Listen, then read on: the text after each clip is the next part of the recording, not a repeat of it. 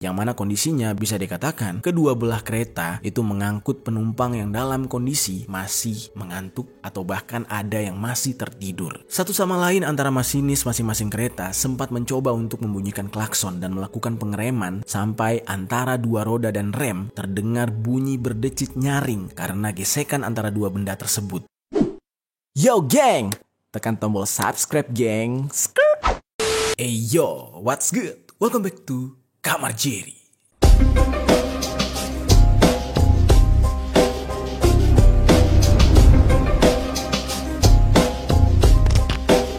Geng, hari ini vibe-nya berbeda, suasananya berbeda karena gue lagi ada di luar kota. Seperti biasa, kalau lagi di luar kota, kita tetap berbagi informasi. Dan kali ini, gue lagi ada di Jogja. Oke, pembahasan kita hari ini mengenai sebuah musibah yang sedang menimpa negeri kita, yaitu khususnya Perusahaan Perkeretaapian Indonesia atau KAI, yang mana kemarin baru saja terjadi kecelakaan kereta di daerah Cicalengka, Bandung, Jawa Barat. Mungkin teman-teman semua udah lihat beberapa video yang tersebar di media, dan di sana kalian bisa merasakan bagaimana seramnya kecelakaan tersebut karena melibatkan dua kereta yang saling bertabrakan di satu jalur rel. Wah, ini menimbulkan pertanyaan, kok bisa terjadi fail seperti ini? Ada apa sebenarnya? Kecelakaan ini melibatkan kereta api Turangga dan kereta api lokal Bandung Raya. Kedua kereta tersebut bertabrakan di kilometer 181 plus 700 petak jalan antara stasiun Haur Pugur dan stasiun Cicalengka.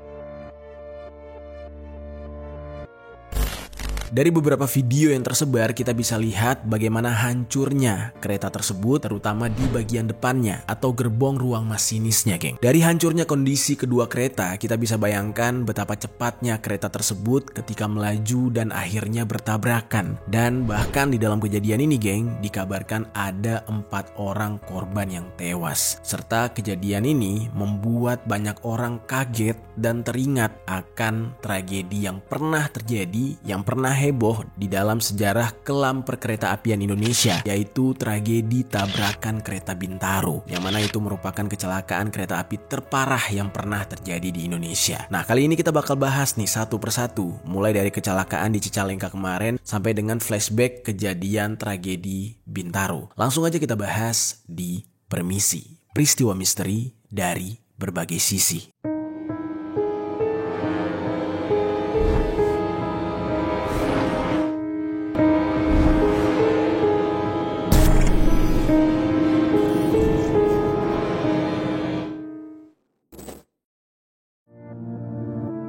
Pemirsa, peristiwa tabrakan antara dua kereta api pada hari Jumat 5 Januari 2024 di wilayah Cicalengka, Kabupaten Bandung.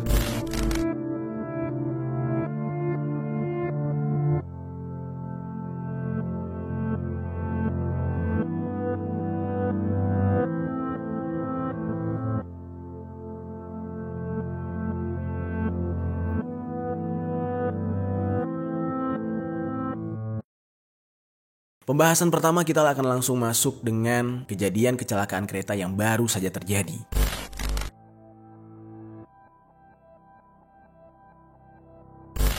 Kita baru saja menyambut tahun baru 2024, geng. Dan di Indonesia sedang panas-panasnya ya politik. Karena sebentar lagi kita akan menjalani pemilihan kepala negara atau presiden. Tiba-tiba nih, geng, ya, belum sampai seminggu kita menjalani tahun 2024, tiba-tiba kita harus dihadapkan dengan sebuah musibah yang sangat menghebohkan. Tepatnya terjadi pada hari Jumat tanggal 5 Januari tahun 2024 kemarin. Kecelakaan dua kereta yang sama-sama melewati jalur Haur Pugur Cicalengka bertabrakan dan kondisinya sangat parah. Nah, menurut informasi, salah satu kereta yaitu komuter lain Bandung Raya itu membawa 191 penumpang, geng. Lalu kemudian di sisi yang lain ada kereta api Turangga yang membawa sebanyak 287 penumpang.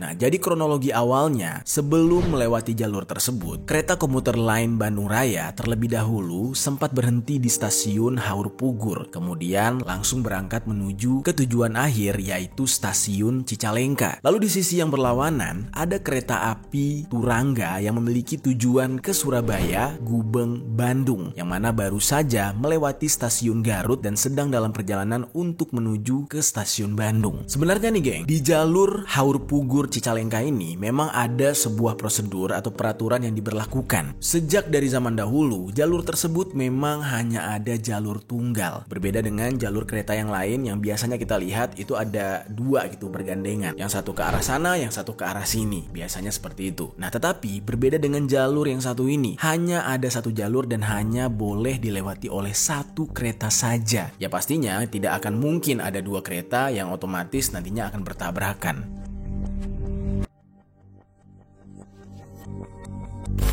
Nah, lalu timbullah pertanyaan, bagaimana jika ada dua kereta yang tiba di jalur tersebut dalam waktu yang sama dan kedua-duanya harus melintasi jalur itu? Nah, ternyata di dalam aturannya harus diprioritaskan untuk melewati jalur Haur Pugur Cicalengka kepada kereta jarak jauh terlebih dahulu. Jadi untuk kereta lokal harus mengalah sampai kereta jarak jauh yang menghantarkan penumpangnya antar provinsi melewati jalur tersebut. Barulah kereta api lokal boleh gantian melintasi jalur tersebut. Di dalam kasus ini, jelas-jelas melibatkan kereta api lokal Bandung Raya dengan kereta api lintas provinsi, yaitu kereta api Turangga tadi, yang mana seharusnya kereta api Turangga itu harus dibiarkan lewat terlebih dahulu. Nah, sementara komuter lain atau kereta api lokal Bandung Raya sudah seharusnya menunggu di stasiun sampai jalur itu benar-benar kosong. Sebenarnya geng, antara dua stasiun itu, yaitu stasiun Cicalengka dan stasiun Haur Pugur, itu memiliki sinyal yang berbeda. Kalau di stasiun Cicalengka itu masih menggunakan blok mekanik. Nah, sementara stasiun Haur Pugur sudah memakai sinyal elektrik. Kedua sinyalnya itu jelas sekali berbeda dan untuk mengoperasikannya pun jelas berbeda juga caranya. Otomatis, petugas pengatur perjalanan kereta api atau PPKA itu diharuskan bisa mengatur perjalanan kereta api di kedua stasiun ini dengan syarat dia bisa mengoperasikan kedua sinyal yang berbeda tersebut. Nah, jadi bisa dibayangkan lah ya, satu orang petugas diminta untuk memiliki dua skill gitu dan harus menguasai cara mengoperasikan sinyal tadi dan gak boleh lupa, gak boleh salah. Karena kalau lupa salah satu kali aja, otomatis fatal akibatnya. Lalu berdasarkan informasi yang gue dapat nih geng ya, yang menjelaskan detik-detik sebelum dua kereta ini kecelakaan, pada jam 05.46 dini hari gitu ya, pengendali perjalanan kereta api terpusat atau PPKP menetapkan persilangan komuter lain Bandung Raya dengan kereta api Turangga di stasiun Haur Pugur ke PPKA Cicalengka. Nah, lalu 3 menit kemudian, tepatnya di jam 5.49 dini hari, PPKA Cicalengka meminta aman blok ke Haur Pugur menggunakan telepon antar stasiun. Nah, jadi di telepon dimintalah aman blok tersebut. Bisa dikatakan semanual itulah pengoperasian kereta api di negara kita tercinta ini. Nah, namun geng, di saat PPKA Cicalengka menelpon, ternyata telepon tersebut tidak diangkat oleh PPKA yang ada di Haur Pugur dan memberikan sinyal aman blok untuk kereta api Turangga. Tidak lama kemudian, tepat di jam 5:55 pagi, PPKA Haur Pugur melihat arah panah blok ke Cicalengka itu menunjukkan sudah aman, yang menandakan kalau sudah tidak ada lagi kereta yang melintas di sana, sehingga seharusnya komuter lain Bandung Raya sudah bisa melintas jalur tersebut. Lalu PPKA Haur Pugur mulai memberangkatkan komuter lain Bandung Raya tepat di jam 05:56 pagi. Dan setelah keberangkatan kereta tersebut, PPKA Haur Pugur belum memberikan laporan ke PPKP kalau sudah memberangkatkan komuter lain Bandung Raya ke arah Cicalengka. Dan di sini miskomunikasi tersebut akan berakibat sangat-sangat fatal. Lalu singkat cerita, selanjutnya pada jam 6:01 pagi, PPKA Cicalengka memberikan laporan melalui radio WS untuk memberitahu kalau kereta api Turangga melintas langsung ke stasiun Cicalengka. Wah, di sini sudah ada 2 kereta api yang mengarah berlawanan di satu jalur yang sama. Dan gara-gara miskomunikasi tadi, akhirnya ada 2 kereta yang melintasi jalur tunggal yang seharusnya hanya boleh dilewati oleh 1 kereta saja, dan dari kejauhan, masinis dari kedua kereta tersebut sudah melihat kereta mereka satu sama lain. Dan kejadian itu pagi banget, yang mana kondisinya bisa dikatakan kedua belah kereta itu mengangkut penumpang yang dalam kondisi masih mengantuk atau bahkan ada yang masih tertidur. Satu sama lain antara masinis masing-masing kereta sempat mencoba untuk membunyikan klakson dan melakukan pengereman sampai antara 2 roda dan rem terdengar bunyi berdecit nyaring karena gesekan antara 2 benda tersebut.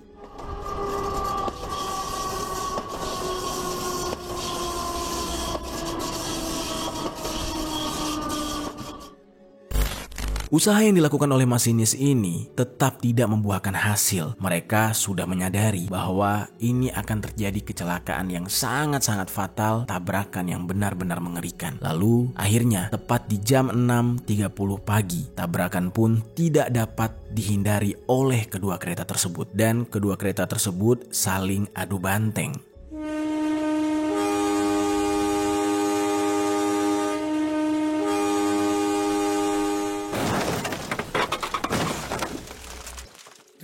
Keduanya bertabrakan, dan di saat itu menurut keterangan orang-orang yang ada di sana terdengar seperti suara ledakan bom yang sangat-sangat kencang sampai membuat getaran keras di tanah seperti gempa di sekitar lokasi kejadian. Mungkin di dalam kondisi ini banyak yang mempertanyakan, mengapa sih kok kereta api itu seolah-olah kayak nggak punya rem? Kenapa setiap kali kejadian kecelakaan kereta api, padahal dari jarak jauh sudah saling melihat atau dari jarak jauh sudah mengetahui ada sesuatu yang akan segera tertabrak, mengapa tuh kereta nggak ngerem dulu? Nah, sebenarnya geng, penjelasannya adalah kereta itu memiliki sistem pengereman sama seperti motor dan mobil, tetapi jenis remnya itu berbeda. Yang mana pengereman yang dipakai pada kereta api di Indonesia pada umumnya menggunakan sistem jenis rem udara yang cara kerjanya dengan mengompresi dan disimpan sampai proses pengereman terjadi. Sehingga ketika masinis mengaktifkan sistem pengereman, udara tadi akan didistribusikan melalui pipa-pipa kecil di sepanjang roda dan membuat friksi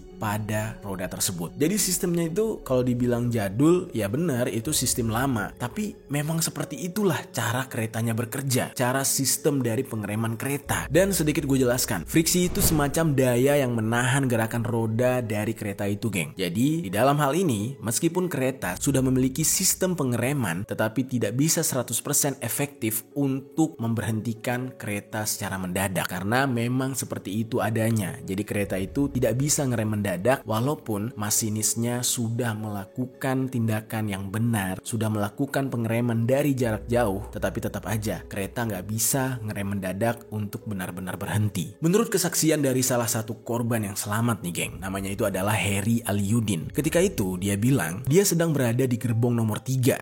Benturan antara kedua kereta itu terjadi sangat keras. Dia sendiri yang merasakan karena benturan tersebut mengakibatkan banyak dari penumpang kereta yang sampai terlempar di dalam gerbong. Benturan keras tersebut membuat seisi kereta panik dan mencoba untuk mencari tahu apa yang sebenarnya terjadi. Sembari mereka mencari jalan keluar untuk menyelamatkan diri. Si penumpang yang bernama Heri Aliuddin ini juga menjelaskan banyak dari penumpang kereta yang terlempar itu sedang dalam keadaan tertidur. Jadi ibaratnya ketika tabrakan itu terjadi, mereka sangat-sangat kaget dalam kondisi setengah sadar karena terbangun dari tidur secara mendadak. Mereka mencoba mencari tahu apa yang sebenarnya terjadi. Setelah mereka mengintip dari jendela, mereka baru menyadari kalau kereta yang mereka tumpangi itu bertabrakan. Di saat itulah, karena mereka takut kereta itu meledak, mereka berbondong-bondong mencari jalan keluar untuk bisa menyelamatkan diri.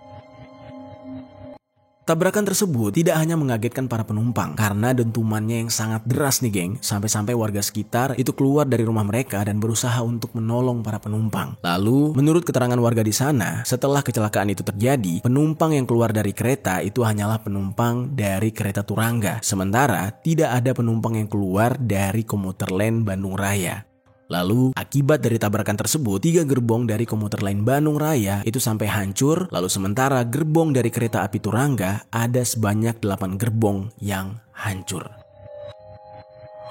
Nah, lalu setelah itu, warga langsung menghubungi pihak yang berwajib. Tidak lama setelah itu, pihak berwenang yang terdiri dari petugas Basarnas, TNI Polri, pihak PT KAI, PMI, dan juga warga sekitar langsung melakukan evakuasi terhadap para korban. Lalu ada seorang masinis kereta api Turangga yang bernama Julian Dwi Setiono, usianya masih 28 tahun, yang posisinya di saat itu ditemukan terjepit dan meninggal dunia di lokasi kejadian. Nah, lalu selain itu, ada 3 korban jiwa lagi, yaitu Poni Sam berusia 47 tahun, dia ini adalah asisten masinis. Lalu ada Ardiansyah, umurnya 30 tahun, dia adalah pramugara kereta. Dan yang terakhir adalah Enjang Yudi. Jadi keempatnya tewas di dalam kecelakaan itu, geng.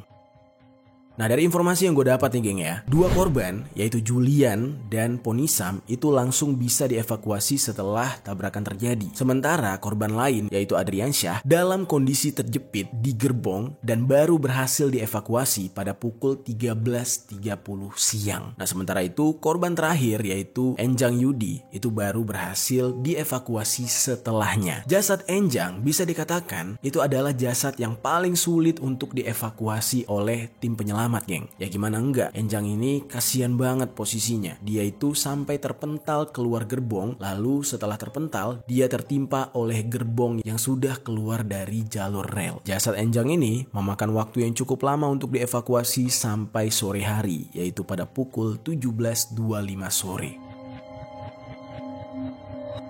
Nah, lalu sementara itu, korban luka-luka di dalam kejadian ini ada sebanyak 42 orang dan 2 diantaranya kritis karena mengalami luka yang sangat berat, geng. Nah, lalu setelah semua korban berhasil dievakuasi, barulah tim evakuasi lanjut berfokus mengevakuasi gerbong kereta. Dan di dalam upaya mengevakuasi gerbong tersebut, PT KAI sampai menggunakan 2 unit kren, 6 buah dongkrak elektrik, dan 100 bantalan rel untuk memperbaiki jalur dengan segera. Karena kalau jalurnya tidak segera diperbaiki, ya nantinya akan berpengaruh kepada perekonomian negara gitu.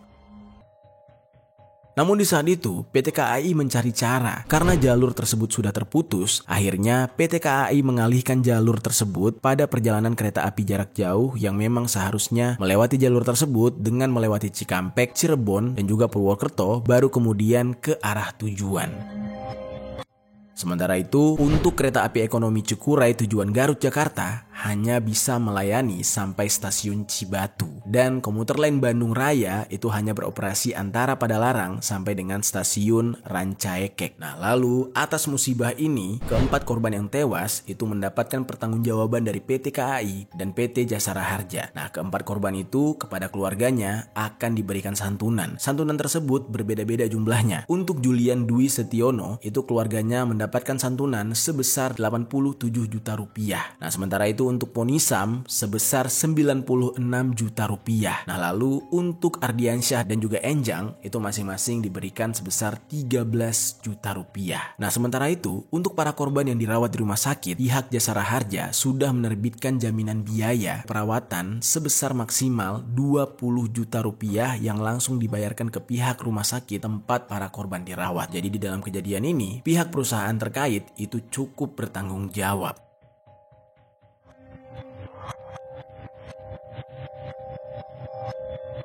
Nah, lalu singkat cerita geng, tragedi kecelakaan ini kemudian diselidiki oleh Komite Nasional Keselamatan Transportasi dengan membentuk tim investigasi demi mencari tahu penyebab dari kecelakaan. Nah, bahkan pihak KNKT ini sudah turun ke lapangan langsung untuk penyelidikan di TKP. Lalu menurut beberapa sumber yang gue dapat nih geng ya, proses investigasi itu akan dilakukan selama 4 hari hingga tanggal 8 Januari. Dan di saat gue syuting ini sudah tanggal 9, berarti investigasi sudah selesai kemarin. Dan KNKT juga mengakui apabila kasus ini terlalu kompleks dan sulit untuk terungkap, mungkin KNKT akan membutuhkan paling lama waktu 1 tahun untuk bisa mengungkap penyebab dari kecelakaan ini karena harus melakukan berbagai uji laboratorium, dan KNKT berusaha semaksimal mungkin agar bisa menyelesaikan permasalahan ini secepatnya. Targetnya sih bakal ya diselesaikan dalam tempo waktu 3-4 bulan kabarnya. PT KAI juga sudah memberikan semua data dari peristiwa kecelakaan kecelakaan tersebut kepada pihak KNKT, geng. Dan kita tunggu aja nanti hasil dari investigasi pihak KNKT mengenai penyebab kecelakaan yang masih menjadi misteri ini, geng. Nah, lalu karena kasus ini masih sangat baru, masih dalam proses penyelidikan, sehingga masih belum ada penyebab pasti dari kecelakaan ini. Nah, tapi menurut kalian, siapakah yang bakal disalahkan nih, geng, dari kejadian ini? Apakah yang akan disalahkan itu petugas PPKA-nya, atau justru PT KAI-nya, atau justru masinisnya? Karena kan masih baru banget, jadi belum jelas ini endingnya seperti apa.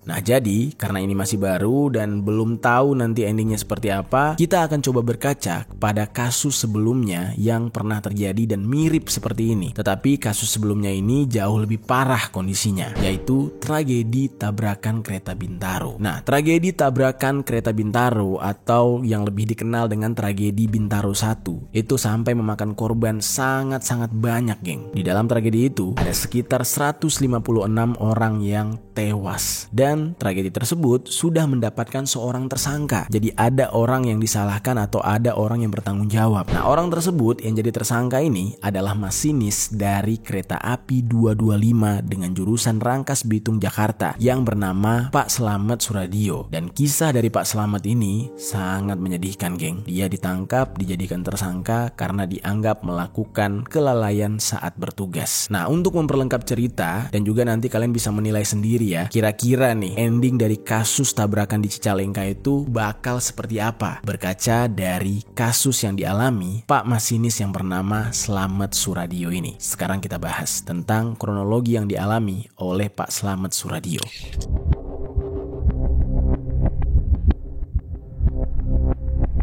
Kita bahas sedikit tentang profil Pak Slamet Suradio ini ya, geng. Jadi Pak Slamet Suradio ini pertama kali memulai karirnya di dunia perkereta apian pada tahun 1964. Ketika itu dia umurnya masih 25 tahun dan kemudian baru mulai menjadi masinis pada tahun 1971. Nah, jadi singkat ceritanya nih, geng, di hari kejadian naas tersebut, yaitu tanggal 19 Oktober tahun 1987, Pak Slamet ini bekerja pada pukul 5:10 dini hari. Wah, mirip banget ya. Jam-jamnya itu sama seperti jam kecelakaan kereta Cicalengka tadi. Lalu, geng, singkat cerita, kemudian pada jam 6.40 pagi, KA 225 yang masinisnya merupakan Pak Slamet sendiri sedang berada di jalur 3 stasiun Sudimara, yang mana tujuannya adalah untuk sampai ke stasiun akhir menuju ke stasiun Jakarta Kota alias Kota Tua. Nah, di hari itu dia bekerja bersama seorang asisten yang bernama Soleh dan kondektur yang bernama Adung Syafi'i. Di tanggal 19 Oktober tahun 1987 itu bertepatan dengan hari Senin, sehingga suasana kereta di saat itu sedang ramai-ramainya, geng. Nah, karena memang kereta menjadi salah satu alternatif untuk orang-orang berangkat kerja.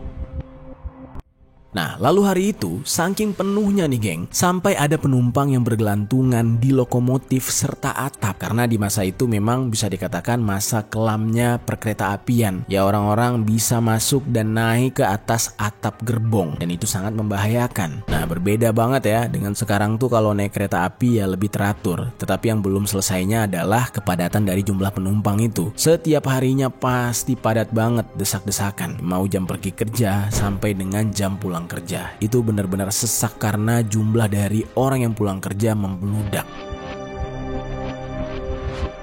Lalu kemudian Pak Slamet sebagai seorang masinis memberangkatkan keretanya setelah mendapatkan instruksi dari PPKA Stasiun Sudimara yang bernama Pak Jamhari menggunakan surat pemindahan tempar persilangan atau disingkat dengan PTP di jalur kereta. Nah, keterangan tersebut berbeda dengan yang ditudingkan kepada Pak Slamet ketika Pak Slamet ini di pengadilan. Keterangan tersebut sebenarnya agak berbeda dengan yang ditudingkan atau dituduhkan kepada Pak Slamet ketika di pengadilan. Nah, ketika itu PT KAI itu masih bernama Perusahaan Jawatan Kereta Api atau PJKA. Mereka mengatakan kalau Pak Slamet ini memberangkatkan sendiri keretanya tanpa izin atau tanpa perintah dari PPKA Stasiun Sudimara. Nah, tapi Pak Slamet ini berkali-kali membantah pernyataan tersebut. Dia merasa dia nggak mungkin berani memberangkatkan kereta tanpa adanya aba-aba dan perintah serta izin. Dan dia mengatakan kalau tuduhan tersebut adalah sebuah kebohongan besar dan fitnah fitnah kepada dia. Nah, dia menegaskan ketika dia berangkat itu, dia tidak mengkhawatirkan apapun karena ketika itu dia tidak melihat semboyan apapun yang dia terima atau peringatan apapun yang dia terima. Lalu, ketika dia berada di perlintasan daerah Pondok Betung, tiba-tiba betapa kagetnya dia. Di hadapannya jelas-jelas ada kereta api lain yang mengarah langsung kepada dia yang merupakan kereta api 220 tujuan Tanah Abang Merak dengan masinisnya di saat itu adalah Pak Amung Sunari bersama asistennya yang bernama Mujiono, dan di saat itu mereka sedang menuju ke arah stasiun Kebayoran. Melihat kondisi tersebut, Pak Slamet mulai panik. Di dalam hatinya dia sudah sangat yakin kalau ini akan bertabrakan, akan terjadi sebuah kecelakaan yang besar. Pak Slamet pun langsung menarik rem, tetapi seperti yang gue katakan sebelumnya, menarik rem kereta itu tidak segampang yang dibayangkan. Rem yang ditarik oleh Pak Slamet itu gagal untuk memberhentikan kereta yang dia bawa, dan tabrakan pun tidak bisa dihindari. Kedua kereta saling adu banteng. Dan ketika kecelakaan itu terjadi, Pak Slamet tergencet badan lokomotif dan hal tersebut membuat Pak Slamet sampai tidak bisa berjalan. Setelah tabrakan besar itu terjadi, Pak Slamet ini mencoba untuk menyelamatkan diri. Ketika itu, dengan berlumuran cairan merah sekujur tubuhnya, dia berjalan terseok-seok keluar melalui jendela. Di saat itu, Pak Slamet ini ditolong oleh seorang perempuan yang mana dia dibawa menggunakan mobil menuju ke rumah sakit. Nah, menurut pengakuan Pak Slamet, saat itu surat PTP masih berada di tangannya. Nah, lalu Pak Slamet dirawat di rumah sakit dan sampai pada hari Sabtu, Pak Slamet ini masih terbaring di ruang ICU RS Polri Kramat Jati akibat dari insiden maut tersebut.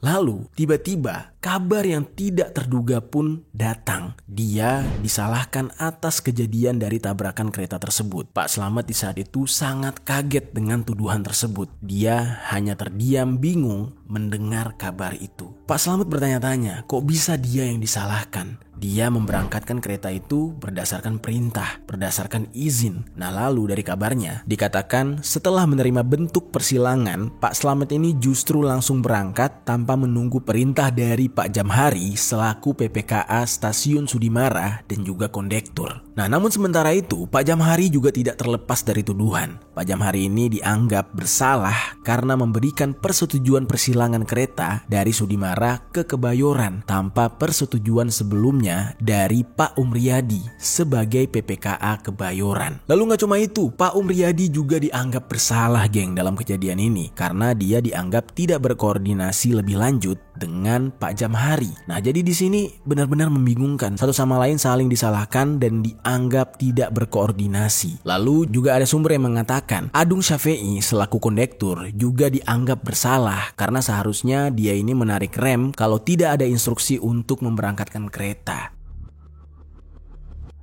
Kejadian ini benar-benar memilukan, geng. Gue sudah sempat bercerita tentang kronologi kasus ini secara lengkap, dan di balik kejadian ini ada hal yang sangat menyedihkan, yaitu Pak Slamet sebagai masinis tertuduh dan harus dihukum selama 5 tahun penjara di Lapas Cipinang. Dan hal ini menjadi mimpi buruk bagi Pak Slamet yang mana dia selalu dituduh memberangkatkan kereta tanpa instruksi, tetapi hal tersebut selalu dibantah oleh Pak Slamet. Nah, bahkan ada isu miring yang mengatakan kalau Pak Slamet ini sengaja melompat keluar dari ruang masinis untuk menyelamatkan dirinya sendiri. Nah, tetapi hal ini jelas-jelas dibantah oleh Pak Slamet karena di saat itu dia bisa membuktikan dengan menggunakan PTP yang terkena tetesan cairan merah dari tubuhnya yang menandakan kalau dia terluka dan ikut menjadi korban dari kecelakaan tersebut. Namun syukur alhamdulillahnya dia masih diberikan umur. Pak Slamet ini setelah menjalankan hukumannya baru keluar dari penjara pada tahun 1993, geng. Dan 1 tahun setelahnya dia pun dipecat sebagai masinis dan nomor induk pegawai perkeretaapiannya juga dicabut pada tahun 1996 oleh Departemen Perhubungan Indonesia. Selain itu, menurut Pak Slamet juga, dia dipaksa untuk menandatangani surat pengakuan kalau dia harus mengaku bersalah karena tetap menjalankan kereta tanpa adanya instruksi dari PPKA. Nah, di saat itu Pak Slamet yang merasa dia tidak bersalah, dia tentu menolak untuk menandatangani surat pengakuan itu. Nah, tetapi karena dia menolak, menurut pengakuan dia sempat mendapatkan ancaman dari pihak kepolisian. Yang menyedihkannya adalah, di dalam kasus ini, di hari tua Pak Slamet setelah mengabdi untuk dunia perkereta apian, malah di hari tua dia tidak mendapatkan uang pensiun sama sekali untuk usianya yang semakin renta. Lalu karena tidak punya pilihan lagi, dia pun akhirnya memutuskan untuk pulang kampung dan berjualan rokok di Purworejo, Jawa Tengah. Nah, dia akhirnya menghabiskan sisa umurnya di sana. Gak cukup sampai di situ aja nih geng. Istri Pak Slamet pun yang bernama Kasni itu memilih untuk meninggalkan Pak Slamet ketika Pak Slamet ini masih dalam proses persidangan. Nah, ketika itu istrinya ini sempat selama 2 bulan lah menemani Pak Slamet. Nah, dikabarkan ketika Pak Slamet ditahan sementara di lapas Cipinang, istrinya ini tidak pernah lupa selalu mengunjungi Pak Slamet selama 2 bulan penuh. Dia membawakan makanan dan semua perlengkapan Pak Slamet. Nah, di saat itu Pak Slamet mengatakan sebenarnya dia tidak minta untuk dibawa apapun kecuali satu hal, yaitu dibawakan sepasang sepatu untuk dipakai oleh Pak Slamet ketika persidangan nanti. Nah, di saat itu istrinya Kasni membawakan sepatu yang diinginkan oleh Pak Slamet saat sidang di Pengadilan Negeri Jakarta Selatan.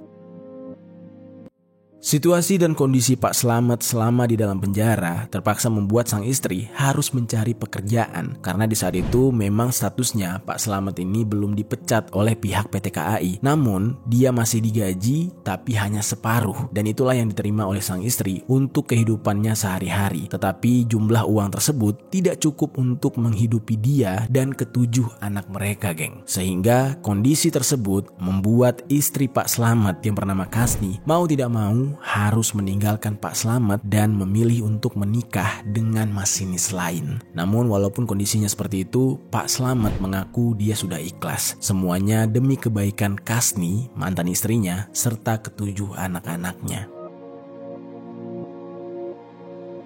Nah, lalu di usia senjanya, Pak Slamet ini pernah beberapa kali diwawancara di stasiun televisi, dan di saat itu dia mengatakan dia hanya mau haknya diberikan secara adil karena menurut dia insiden tabrakan itu bukanlah kesalahannya dia. Dia hanya menginginkan hak pensiunnya bisa dikeluarkan karena menurut aturan Pak Slamet ini bekerja untuk memberikan nafkah kepada keluarganya. Kecelakaan tersebut bukan karena disengaja tetapi melainkan karena ketidaksengajaan. Namun sampai detik ini Pak Slamet masih belum menerima haknya. Jujur sebenarnya gue belum mendapatkan informasi gimana kondisi Pak Slamet sekarang. Apakah beliau masih hidup atau sudah wafat? Mungkin teman-teman yang lebih tahu tentang informasi ini boleh tinggalkan komentar di bawah. Dan itu dia geng, kronologi tabrakan kereta api. Yang mana di awal kita bercerita tentang kecelakaan yang baru saja terjadi, dan yang kedua kita berkaca kepada kejadian di masa lalu. Bagaimana cara otoritas terkait di negara kita ini menangani kasus yang sama di masa lalu. Dan ternyata ada kisah yang sangat menyedihkan di kecelakaan yang terjadi di masa lalu tersebut, yaitu pada tragedi Bintaro 1. Oke, itu dia geng ceritanya. Kita doakan semoga nih ya musibah yang baru saja terjadi kemarin segera terungkap penyebabnya, dan untuk para korban semoga cepat diberikan kesembuhan, dan bagi yang meninggal dunia kita doakan semoga diampuni dosa-dosanya dan ditempatkan di tempat yang terbaik. Amin ya rabbal alamin. Al-Fatihah untuk semua korban kecelakaan kereta api. Amin ya rabbal alamin.